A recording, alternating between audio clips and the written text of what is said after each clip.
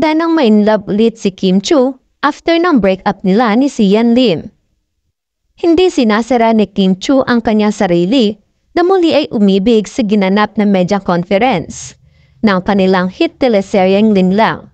Sinabi ni Kim na sa kabila ng kanyang pinagdadaanan ay bukas pa rin ang puso niya para sa posibilidad na ma-inlove ulit. Nang tanungin naman kung bakit naniniwala pa rin siya sa pag-ibig, sinabi niyang marami naman ang mga taong kaya magbigay ng pagmamahal at handa naman siyang tanggapin. Ipinagdiinan ng kapamilya actress na si Kim Chu na hindi niya mapapatawad agad-agad ang mga taong nanloko sa kanya. Tao lang din naman daw siya na nagmamahal at nasasaktan. Kaya mahirap daw maging friend uli ang taong nakarelasyon at nakahiwalay niya. Nagsalita tungkol dito si Kim sa naganap na press con nitong nagdaang Monday para sa pagpapalabas ng teleserye version ng Prime Video series na Linlang. Kasama sina Paulo Aguilino, Jem de Guzman at ang Diamond Star na si Maricel Soriano.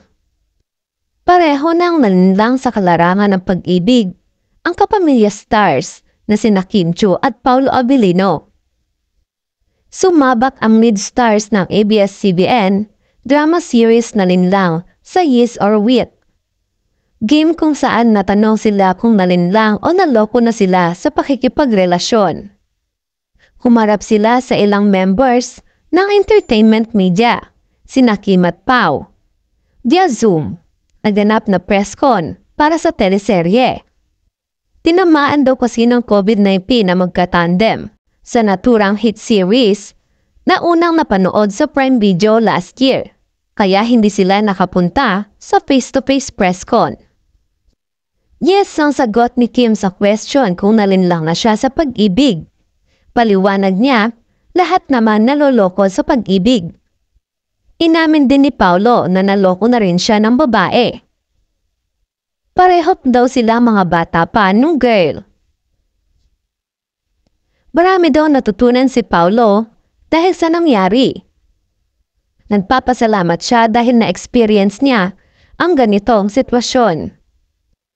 Sumunod namang tanong kay Kim, after all that you've been through in life, would you still be ready and fall in love again? Kamakailan lamang ay kinumpirma nga ni Kim Chu na hiwalay na sila ni Siam. It was our mutual decision to transition our relationship into what we hope to be a lifelong friendship, saad nito.